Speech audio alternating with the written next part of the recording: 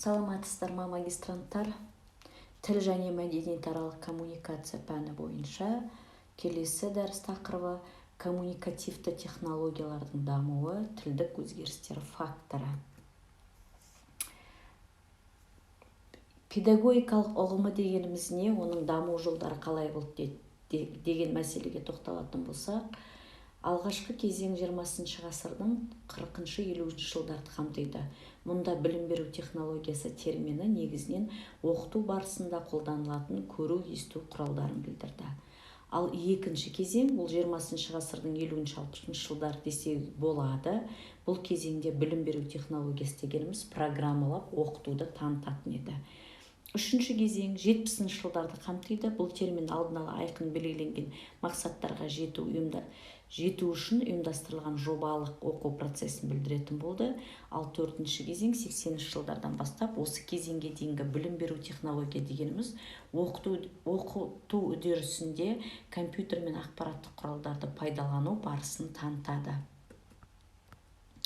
Енді қазақ тілін жаңаша технологиямен оқыту, ол тіл үйренушілердің шығармашылық қызметін, сапалы білім алу қабілетін қалыптастыратын үдеріс. Тіл үйренушінің саналығы қазақ тілінің төл дыбысының, сөзінің, сөз тіркесінің, сөйлемнің өзіндік болмысын танып білу барысында ғана, және сол үшін жай ғана емес, жүйе теориясының заңдылықтарын ғылымның барлық саласында қолдану жолдарын меңгеру қажет екен түйсігі мен түсінуі барысында ғана қалыптасады. Бұл ретте мұғалімнің дұрыс қойған талаптары мен тапсырманы орындау алгоритмдерінің бірізді тәртіптелген жүйесі оқушыны саналықпен білім алуға дағдыландырады.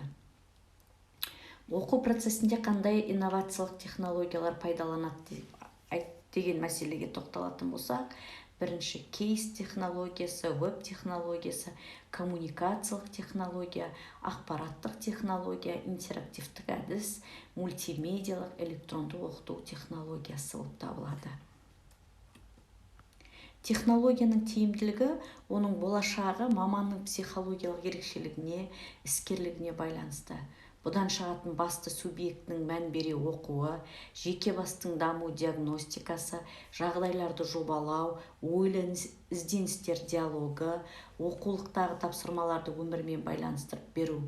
Оқытушы көбінесе оқытудың әртүрлі әдіс-тәсілдерін қолданған жөн. Оқыту технологиялық оқу процесіне, сабақ түріне байланысты жан-жақты проблемалық оқыту, ойын арқылы оқыту, тірек, сигнал арқылы оқыту, компьютерлік оқыту, электронды оқыту, коммуникативтік технологиялар, инновациялық оқыту, жаңа технологиялар бойынша оқытады. Енді осыларда қандай әдіс-тәсілдер бар дегенге тоқталатын болсақ, сұрақ-жауап диалогы, тапсырманың мәні компьютердің сұрағына тура жауап беру, сұрақ құрастыру үшін тілдің негізгі мәтінін пайдаланады. Таңдап алынған жауаптар диалогы, жауап беруші ұсынылған жауаптар тізбегінің өз жауабын таңдайды. Бос орынды толтыруға арналған жаттығулар, сөздікті қаншалықты меңгергендігін бақылауға арналған жаттығулар, компьютер аудару керек ететін сөздер тізімін ұсынады, орысша қазақша жазылған сөздер ұсынылады. Олардың ішінен дұрыс эквиваленттерін тауып жұп құрастыру керек. Тіл меңгертуде компьютерді қолданудың мынандай мүмкіндіктер береді.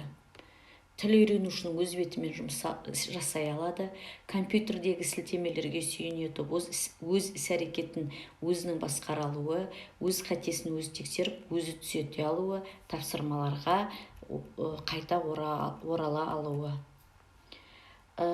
Осы мәселені зерттеп жүрген әдіскер ғалым Қадашеваның айтуы бойынша тыңдап түсіну, көріп байқау құралдарын қолданғанда сабақтың негізгі үш түрі айқындалады.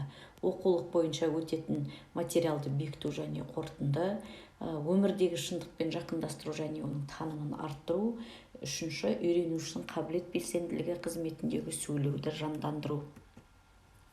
Қорыта айтқан кезде жаңа әдістерді пайдалану бүгінгі күннің негізгі талаптарының бірі болып табылады. Жаңаша жаңғыртып оқыту, интерактивті әдістер, жаңа технологиялар тіл үйренушінің танымдық, білімділік, белсенділігін тудыруға, уәждемесін тудыруға бағытталады. Қазақ тілін үйретуде бұл әдістер арқылы елеулі нәтижелерді жетуге болады. Бұның бәрі оқытушының шеберлігіне байланысты, және оқушы үнемі ізденісте болуы қажет. Қандай еңбектерді пайдаландың деген кезде, негізгі еңбектер Қадашева мен Оразбаеваның оқулықтары. Өздеріңіз байқап отырғаныңыздай, студентті үйрету, оқушыны үйрету барысында жаңа технологияларды пайдаланғанның өзінде ең бірінші коммуникация бірінші орында тұрады екен. Тыңдағандарыңызға